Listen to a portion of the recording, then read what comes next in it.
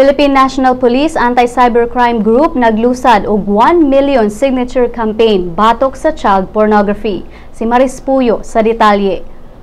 Ang Philippine National Police Anti-Cybercrime Group naglusad og 1 million signature campaign batok sa cybercrime sama sa pornografiya, cyber abuse ug cyber exploitation. Matud ni PNP Anti-Cybercrime Group Director Gilbert Sosa, 1 million signatures ang kolektahon sa tibuok nasod aron mas pahugtan pa ang kampanya batok sa problema sa cybercrime. Matud sa mga report nga ang Pilipinas sulod sa top 10 countries diin rampant ang cyber pornography activities.